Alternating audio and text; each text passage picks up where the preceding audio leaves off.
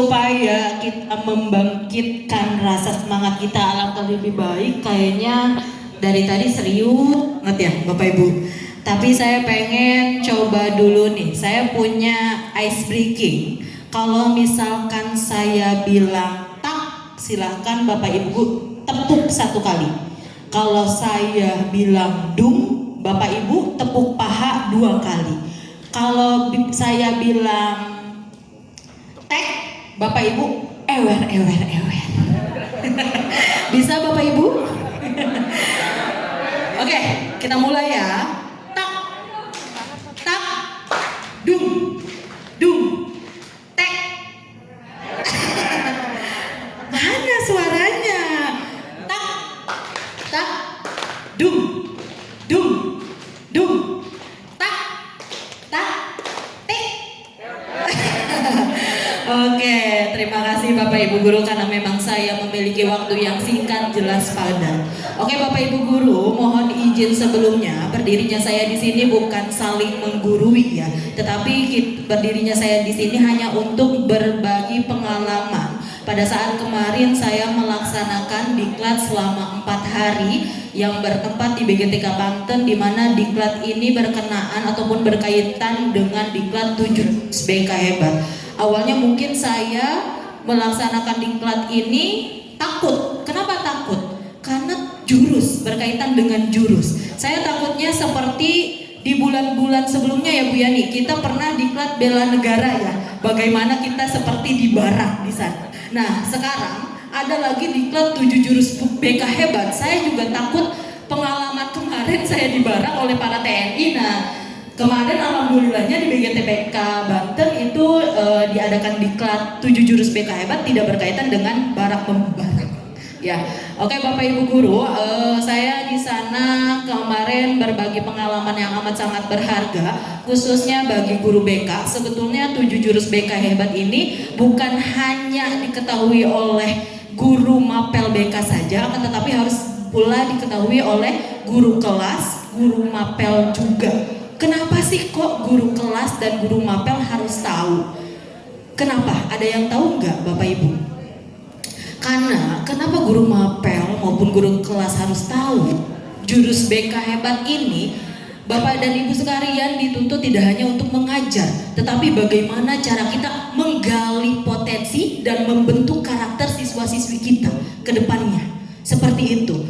Nah, alhamdulillah pada saat berbagi praktik baik, sebetulnya ini ada nyanyian Pak Ibu Guru yang memang harus tahu. Tidak hanya guru BK, tetapi gerakannya harus bisa diketahui pula oleh guru kelas dan guru mata pelajaran yang lain. Boleh Bu Seli? Alhamdulillah kemarin pada saat saya mengikuti perlombaan itu mendapati urutan kedua ya Bapak Ibu Guru se-Provinsi Banten. Itu pun hanya diberikan waktu 30 menit. Nah ini adalah jingle terkait 7 jurus BK. Boleh Bapak Ibu Guru saya minta berdiri, kita sama-sama mempraktikkan jinglenya. Suaranya nggak ada, besar. Colokan mana tadi Pak Tohir? Punten ya Bapak Ibu Guru. Colokan, cek.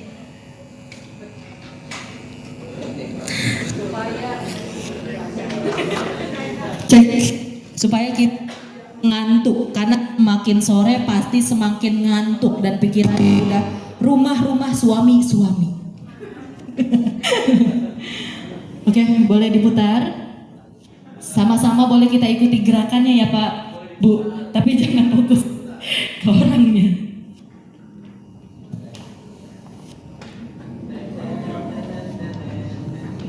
Ada jinglenya ya?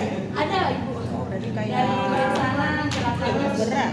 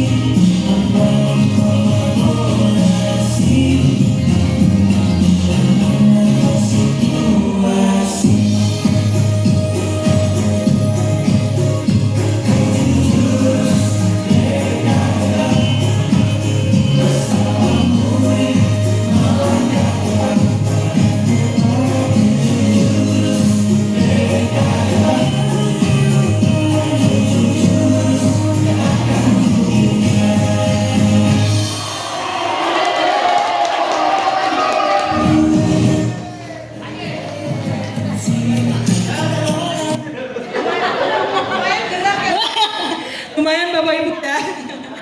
Ya, terima kasih Ibu Guru, kita menggerakkan badan kita supaya tidak ngantuk. Ya, oke, boleh di next Bu Seli. Nah, ini adalah gerakan terkait 7 jurus BK hebat. Yang mana 7 jurus BK hebat ini tidak hanya harus diketahui oleh guru BK saja, tetapi juga harus diketahui oleh guru kelas dan juga guru mapel. Seperti itu Bapak Ibu Guru. Nah, kenapa sih harus 7 jurus BK hebat?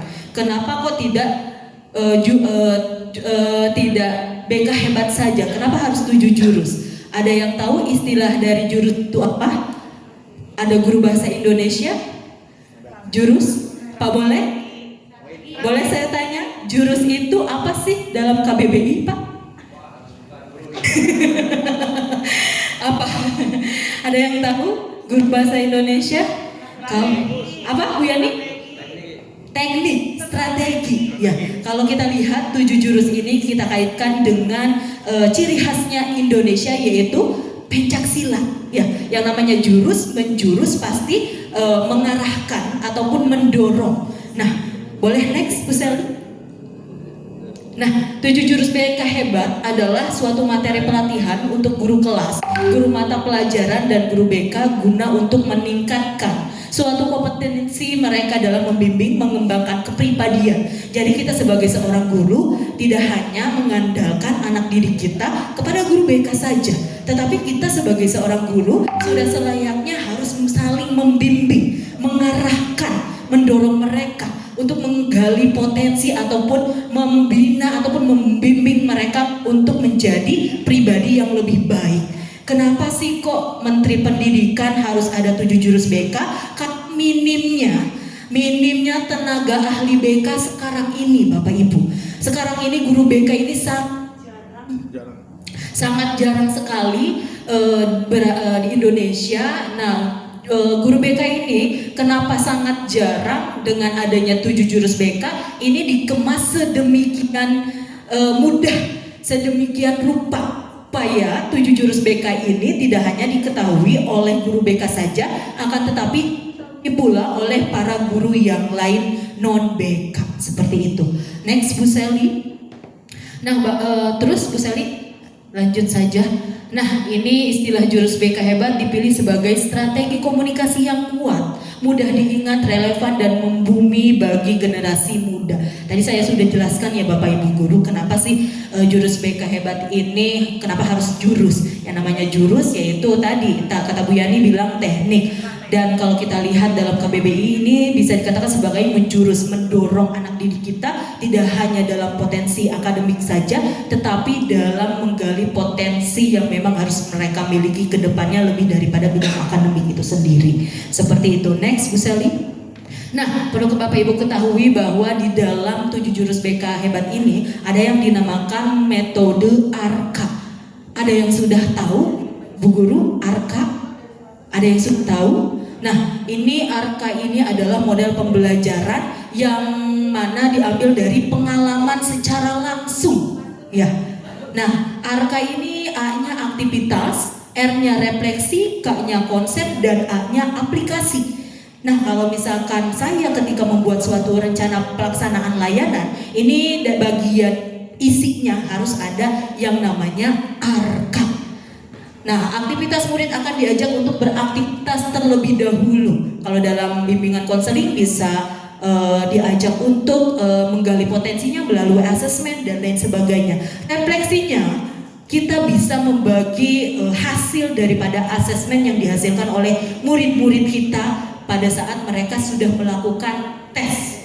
Dan selanjutnya, konsep kita juga bisa saling menjelaskan kepada anak didik kita apa sih sebetulnya pembelajaran yang memang selama ini kita harus berikan kepada mereka sesuai dengan pembelajaran yang memang kita lakukan di dalam kelas. Aplikasinya, murid mencoba mengaplikasikan antara konsep teori dengan rencana yang memang akan dilakukan, ya, evaluasi ke depannya seperti itu. Next, Bu Sally. Alhamdulillah Bapak Ibu Guru, kayaknya kalau misalkan saya menjelaskan 7 jurus itu kayaknya tidak muat ataupun tidak kuat sampai Isya. Betul ya Pak Bekti ya? Jadi saya hanya mempersingkat saja, saya hanya mengimplementasikan di dalam kelas yaitu 2 jurus saja. Pertama yaitu jurus kenaliasi dan yang ketiga yaitu tumbuhkan resiliensi. Sebetulnya hampir sama pembahasannya dengan Pak Thohir. Bagaimana cara kita mengembangkan pola pikir bertumbuh, growth mindset. Nanti ya lengkapi saja ya Pak Thohir ya contoh-contohnya. Next, Bu Sally. Nah, Bapak Ibu Guru, kenapa sih saya harus memilih jurus 1? Karena perlu kita ketahui bahwa yang pertama kita harus bisa mengatasi ketidaktahuan siswa. Banyak siswa-siswi kita ketika memang kita mengajar, ini banyak sekali siswa yang tidak mengenali suatu proses pembelajaran yang dia miliki. Bahkan banyak sekali siswa-siswi kita yang memang mudah menjerah. Kalau hari ini mata pelajaran matematika ataupun bahasa Inggris, nah orang yang tidak pintar matematika atau bahasa Inggris, mungkin mereka akan berkata bahwa saya nggak bisa, ya saya nggak bisa Bu, bagaimana ini? Nah, ini adalah suatu alasan saya memilih jurus 1. Ketika memang saya memilih jurus 1, nanti ada suatu metode yang dinamakan gaya belajar. Nah, yang kedua, meningkatkan efektivitas belajar. Ketika siswa-siswi tahu gaya belajar yang memang dia miliki, pasti dia akan senantiasa mengikuti setiap prosesnya, tahapannya. Jadi, anak murid yang memang mohon maaf, mereka belum tahu bagaimana nih cara saya untuk belajar dengan baik. Bagaimana saya untuk bisa memahami materi dengan benar-benar memahami konsep yang memang dijelaskan oleh guru. Nah, yang ketiga, membantu guru menyajikan materi juga. Kalau kita sudah paham terkait proses pembelajaran murid dengan metode gaya belajar, itu pasti kita sudah bisa melihat, oh murid yang satu ini berbeda dengan murid yang satunya. Atau kita bisa lihat dalam satu kelas mungkin bervariasi muridnya, seperti itu.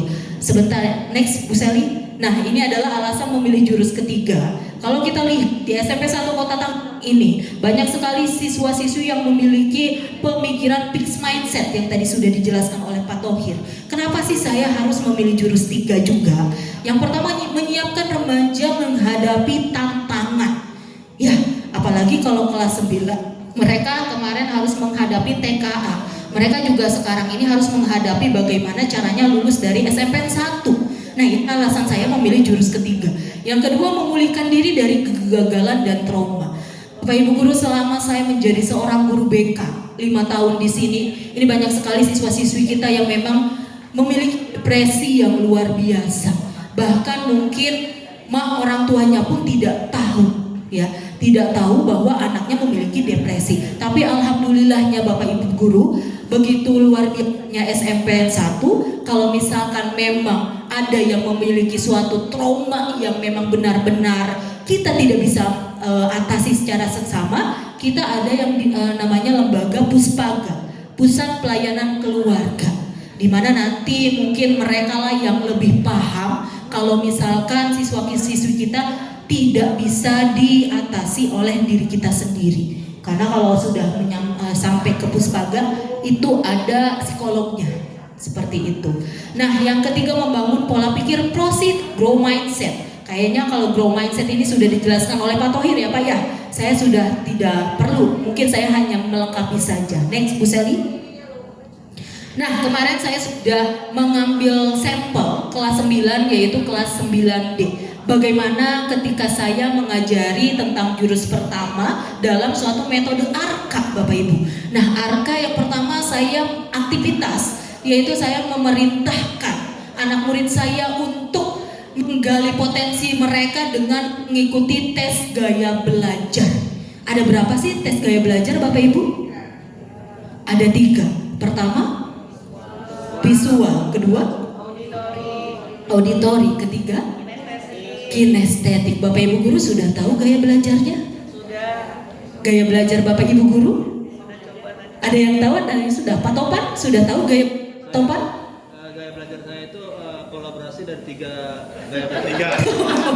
Luar biasa, kolaborasi. Berapa persen tuh? Jadi saya ada sebelumnya saya sebelumnya kan saya mendapat tugas guru PJOK. Di situ kan saya lebih banyak di lapangan praktek ya. Nah, sekarang saya masuk sebagai guru IPS. Nah, dari pengalaman saya mengajar PJOK praktek itu, jadi inspirasi saya untuk IPS itu bagaimana caranya bukan hanya di PJOK aja yang memberikan belajar yang menyenangkan dan menggembirakan, tapi bagaimana caranya saya bisa juga memberikan pelajaran kepada murid-murid yang menyenangkan dan menggembirakan di pelajaran IPS. Jadi kolaborasinya antara materi dan praktek itu bisa saya kolaborasikan.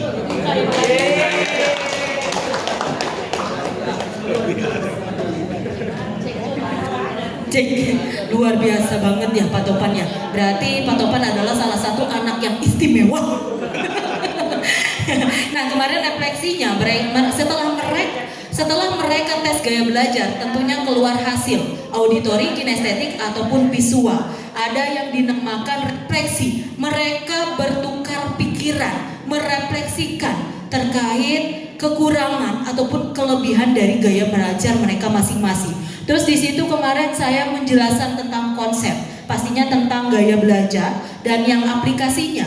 Ketika mereka sudah memahami gaya belajar mereka, saling refleksikan diri, maka aplikasi yang memang mereka laksanakan ke depannya membuat sebuah strategi pembelajaran mereka ke depannya. Karena bagi saya tidak ada murid yang bodoh. Betul tidak Bu Haji? Tidak ada. Karena setiap murid, otak manusia itu semuanya sama. Hanya saja yaitu tadi fixed mindset dan grow mindset yang harus kita kembangkan. Seperti itu. Alangkah lebih baik fixed mindsetnya kita buang, grow mindsetnya kita lakukan. Next. Nah, terus Bu Seli, nah ini adalah dokumentasi, refleksi dan evaluasi jurus 1. Next Bu Seli. Nah, ini adalah hasil rekomendasi Bapak Ibu guru dari kena jurus 1, yaitu kenali potensi di kelas 9D. Setelah saya melakukan sebuah asesmen gaya belajar, ternyata mau kelas 9D, 9A sampai 9E, kebetulan saya BK-nya sampai 9E, itu rata-rata anak-anak memiliki gaya belajar kinestetik yang paling banyak. Jadi anak didik kita kalau kelas 9 yang di atas Pak Thohir, itu gaya belajarnya lebih cenderung kepada kinestetik. Mereka ingin bergerak. Kalau di dalam ruangan mereka sumpah, apalagi kalau ngedengerin guru hanya metodenya ceramah. Seperti itu. Ya, ini adalah hasilnya. Next Bu Sally. Nah, ini adalah hasil dari strategi pembelajaran mereka. Kemarin itu ada dari Abid, katanya kalau misalkan saya sudah mengetahui gaya belajar saya akan belajar dengan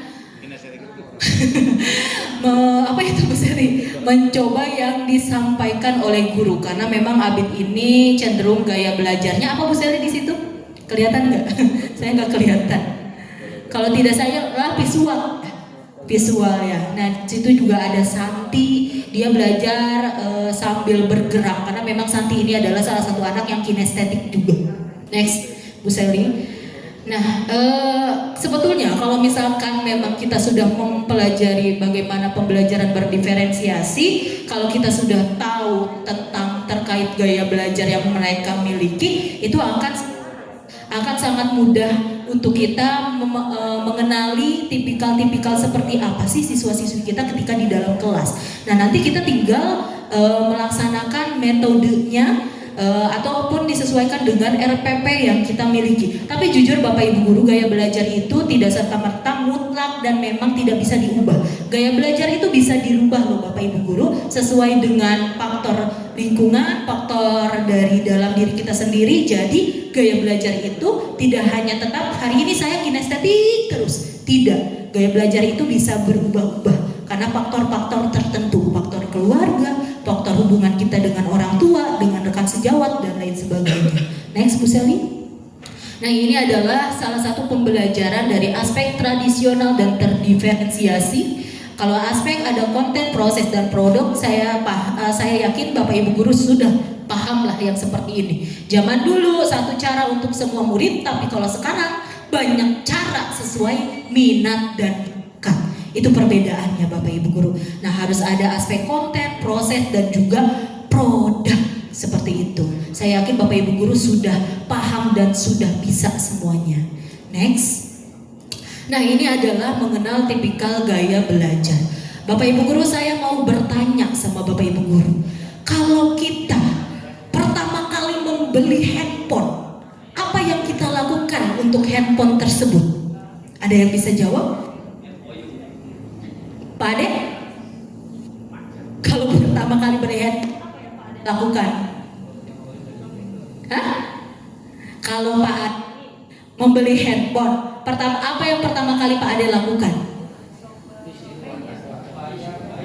Hah? Sudah dibayar handphonenya?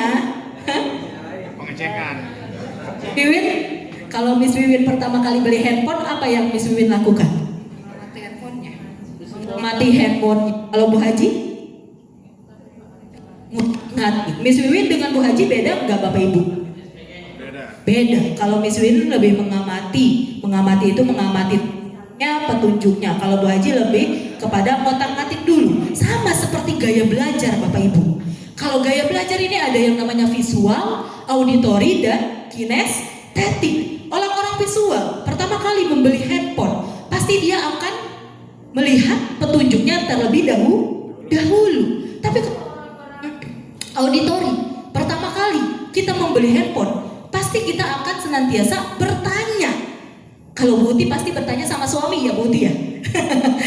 Suami sama teman atau nelpon orang lain yang paham bagaimana cara merespon tersebut. Nah, kinestetik ini pasti ya tadi Bu Haji bilang langsung ngatik handphonenya, langsung ngerakit sendiri. Seperti itu Bapak Ibu Guru, bisa dipahami? Bisa ya Bapak Ibu ya, sudah pinter lah Bapak Ibu Guru banyak. Next Bu Sally. Nah, itu gaya belajar tadi Bu Yus sudah menyebarkan kepada Bapak Ibu di info kedinasan ya Bu Yus ya. untuk bagaimana caranya kita supaya mengetahui gaya belajar kita. Boleh Bapak Ibu guru silakan bukan iseng-iseng ya, kalau ada waktu luang silakan Bapak Ibu guru mengikuti tes gaya belajar di websitenya Aku Pintar. Ada di situ ada tes gaya belajar. Jangan tes tentang karir ya Bapak Ibu guru atau tes tentang kepribadian, jangan. Tes gaya belajar aja dulu ya. Yang kedua yaitu tentang jurus tumbuhkan resiliensi. Tadi saya sudah menyebutkan kepada Bapak Ibu guru kenapa alasan saya mengambil jurus 3, karena kalau saya lihat sekarang ini di siswa-siswi SMP 1 banyak sekali yang memang kondisi psikologisnya itu sudah mulai kurang menghadapi suatu hal yang memang menurut mereka menantang. Jadi mereka hanya bisa berjalan ataupun berdiam diri di tempat. Nah, ini saya mengembangkan suatu jurus ketiga yaitu tumbuhkan resiliensi ataupun daya lenting ya Bapak Ibu guru. Anak hebat bukan gak jatuh tapi yang terus bangkit. Tujuannya yaitu guru melatih murid supaya memiliki daya tahan saat gagal, ditolak, kecewa atau tertekan. Next Bu Sally. Bolehlah diputar aja ya. Kayaknya ini udah mulai sore. Sudah ada 20 menit Pak Tohir. Pak Tohir udah ngantuk. Ada. Udah.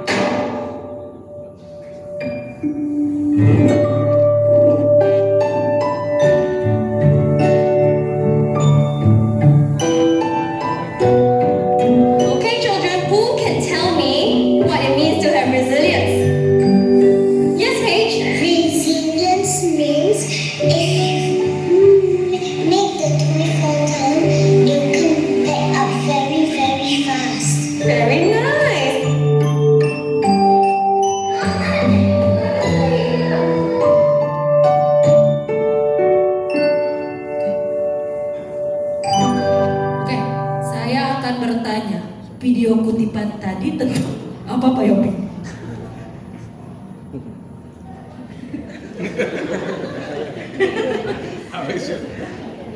Atau Bunong deh bahasa Inggris, guru bahasa Inggris. Silakan. Ya, maksudnya itu benda kalau kita jatuh kita bisa terbangkit lagi kalau bisa. Gitu ya. Ya, itu adalah salah satu kutipan video kalau misalkan kita terjatuh harus bisa bangkit kembali. Bahkan tadi siapa yang bisa menjatuhkan orang tersebut tadi yang pakai baju merah? Aku, gitu kan ya. Akhirnya kan baju merah itu mencoba untuk menjatuhkan, tapi si manusia itu alhasil bangkit kembali. Next Bu Sally. Nah, sama seperti resiliensi. Apa itu resiliensi? Resiliensi adalah kemampuan seseorang untuk bangkit kembali dan pulih dari kesulitan, stres ataupun trauma yang dialami dalam hidup. Bapak Ibu guru, kalau misalkan Bapak Ibu guru sedang jatuh, jangan sampai langsung trauma, jangan sampai langsung stres, ya. Karena memang mungkin kalau kita lihat yang namanya resiliensi, yaitu tadi kemampuan seseorang untuk bangkit kembali. Sama kita sebagai seorang pendidik. Bagaimana caranya kita melihat, kalau misalkan kita sedang melihat murid kita terjatuh, terpuruk, apa yang harus kita lakukan? Memberikannya motivasi, dorongan Bapak Ibu guru. Kita sebagai guru pastinya seringkali melihat anak didik kita kalau di dalam kelas itu banyak sekali anak-anak yang memang minder, berkubu-kubu, dan juga banyak sekali anak yang memang kesehariannya pakai masker. Silakan Bapak Ibu guru tanya anak tersebut, apakah anak tersebut harus memerlukan dukungan, motivasi, atau mereka harus memerlukan juga suatu tempat untuk bercerita. Terkadang seorang anak itu kalau kepada orang tuanya, kalau orang tuanya nanya, "Nak, bagaimana ketika kamu di sekolah, baik-baik saja atau tidak?" Pasti akan jawabnya baik-baik saja. Tapi nampaknya ketika di sekolah mereka murung, terpuruk, rapuh. Nah, kita sebagai seorang pendidik, ya, sudah seharusnya kalau kita melihat anak didik kita yang seperti itu, ditanya, disapa Bapak Ibu guru. Jangan sampai kita acuh tak acuh. Tapi saya yakin guru-guru SMP 1 Tangerang ini sangat-sangat hebat dan sangat-sangat peka terhadap anak didik kita. Next. Nah, ini adalah tragedi-tragedi kasus yang memang sudah berada di wilayah kita. Mengapa daya lenting makin penting? Ini di sini ada di liputan 6 SCTP, Tatahan dibully sebagai anak yatim, siswa SD bunuh diri. Dan juga ada sering diejek tak punya ayah, anak SD di Banyuwangi tewas digantung. Dan juga ada siswa SMP bunuh diri. Nah, sekarang yang lagi viral kasus Timothy. Betul Bapak Ibu? Ya, dia katanya dibully oleh teman prodinya, bukan teman terdekatnya, satu prodi. Nah, ini kenapa sih daya lenting itu perlu Bapak Ibu? Supaya kita sama-sama mendorong anak didik kita. Kalau misalkan kita melihat mereka terpuruk, ayo sama-sama kita motivasi mereka, kita dorong mereka untuk bangkit kembali. Sekarang ada istilah kata generasi strawberry. Apa itu generasi strawberry? Terlihat indah tapi pada saat disentuh rapuh. Bapak Ibu guru setuju tidak kalau Bapak Ibu guru sebagai seorang pendidik dengan generasi tersebut? Setuju tidak? Tidak. Ya. Justru dengan adanya perihal tersebut, mereka yang memang melakukan perihal seperti ini bukan berarti mereka lemah Bapak Ibu guru, tapi mereka membutuhkan dorongan, motivasi. Nah, kita sebagai seorang pendidik, bagaimana cara kita menumbuhkan daya lenting mereka seperti itu?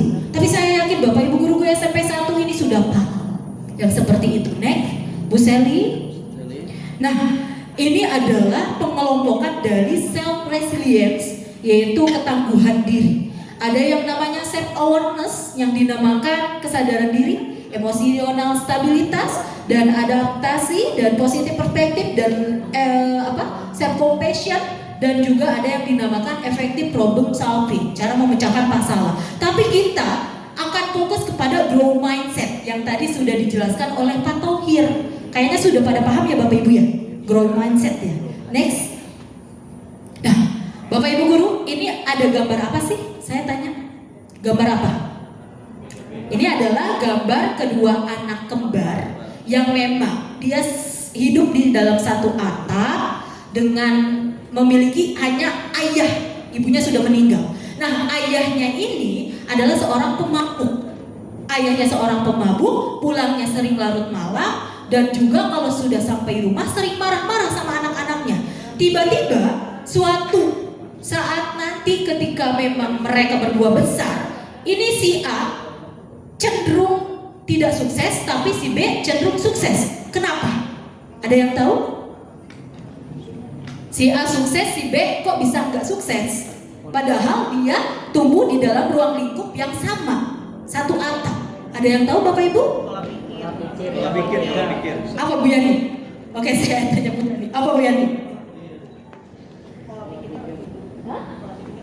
Pola pikirnya Bertumbuh. Pola pikirnya bertumbuh. Oke, kalau dari ceritaan si kembar, si A ini akan terus mengulang pola perkembangan yang memang dialami oleh dia ketika ayahnya masih hidup.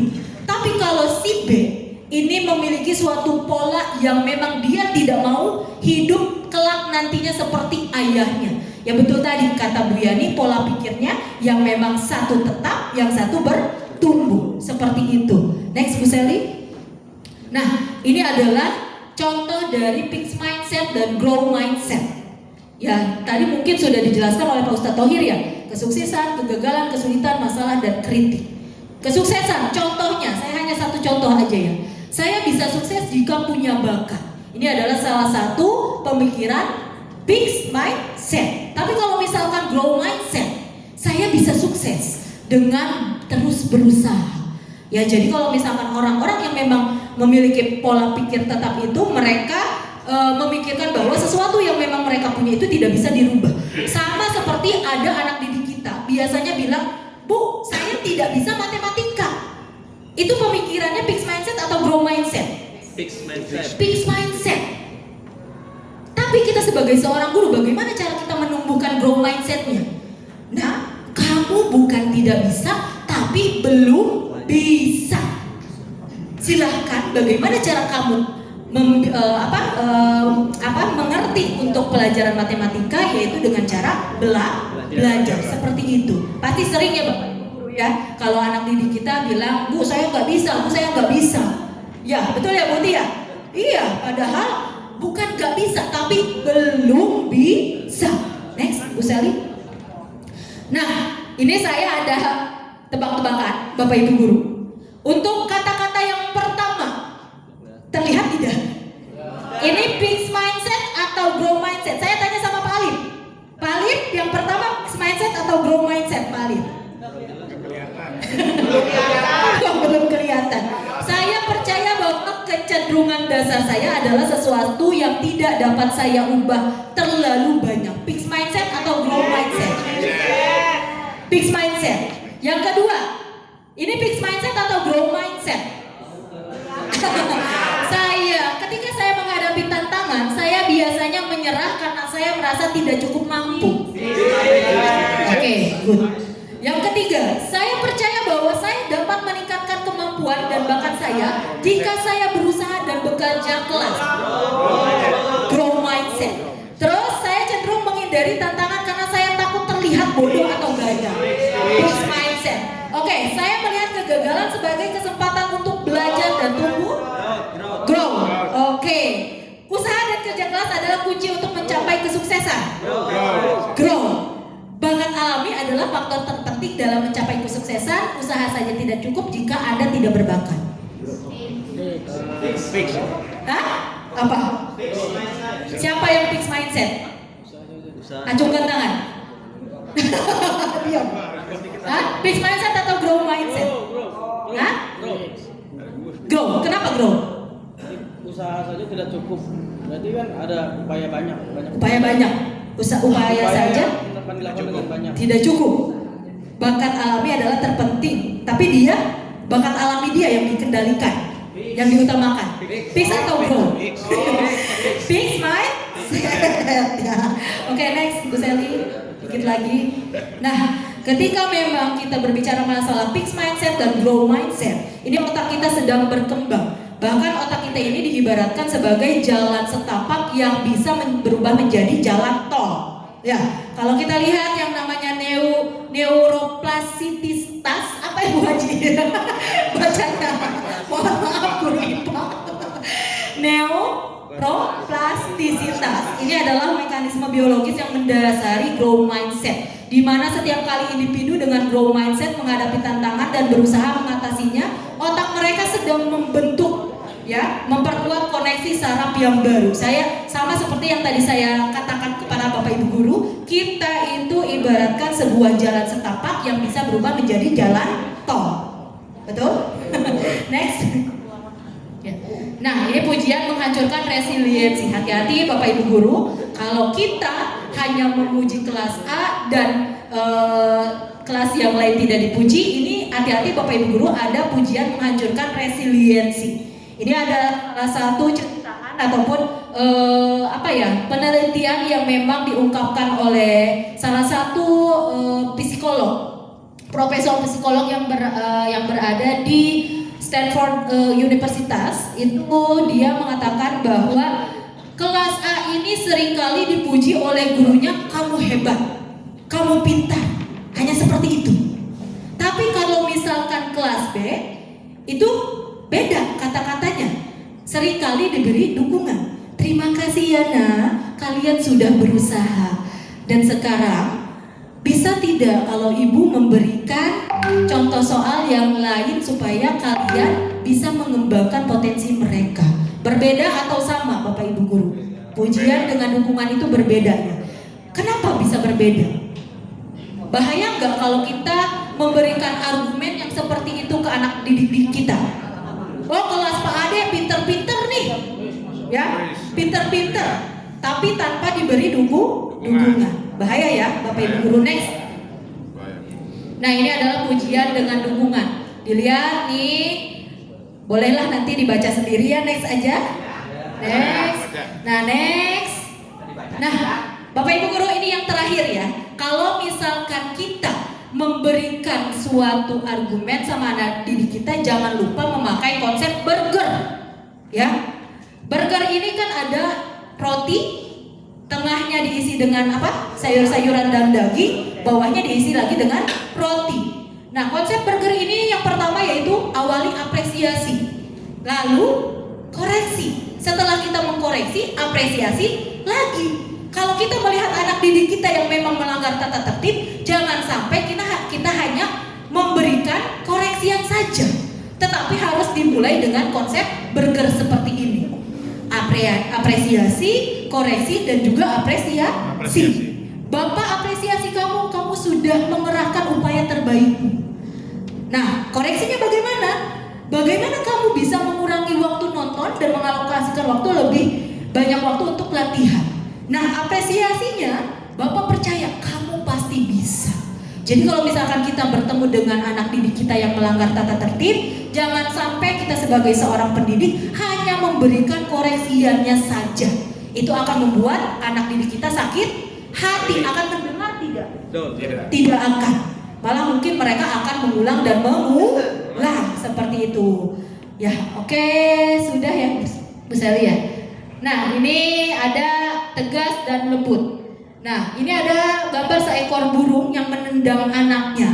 Kenapa sih burung tersebut, induk burung tersebut menendang anaknya? Hah? Pak Bakti, kalau punya anak kecil, anak Pak Bakti masih umur 2 tahun belum bisa jalan, Pak Bakti ngapain? Bukan tendang ya. Kalau anak burung ini menendang. Ini ada tegas, menendang, anaknya mulai terbang. Nah, ini ada tegas dan lembut. Kita sebagai pendidik harus bisa menerapkan yang namanya tegas tapi lembut. Ini yang pertama, tegas tidak lembut. Siapa yang kalah? Anak kalah, orang tua menang. Anak akan merasa takut kalau kita hanya menerapkan tegas tapi tidak lembut. Istilahnya kasar. Betul ya Pak Ulung ya? Terus tegas dan lembut. Anak sama kita menang gak? Sama-sama menang gak? Anak akan sama-sama mengerti tidak? Akan sama-sama paham. Ya, kalau kitanya tegas tapi memberikan kelembutan sama anak nih, ini anak akan senantiasa diberikan kehangatan oleh kita. Tapi kalau misalkan kita tidak tegas, tidak lembut, ya udah hancur. Tidak ada hal yang memang harus dibanggakan. Tidak tegas tapi lembut. Nah, tidak tegas ini orang tua kalah, anak menang. Artinya anak akan senantiasa melawan orang tua. Wah, seperti itu Bapak Ibu Guru. Nah, ini adalah konsepan yang bisa kita terapkan ketika melihat anak didik kita melakukan suatu kesalahan ya. Oke, mungkin itu saja Bapak Ibu Guru yang bisa saya sampaikan. Mohon maaf Bapak Ibu Guru kalau misalkan waktunya agak lama gitu, kurang lebihnya dari saya mohon maaf. Wallahul muwaffiq ila aqwamit thoriq. Wassalamualaikum warahmatullahi wabarakatuh.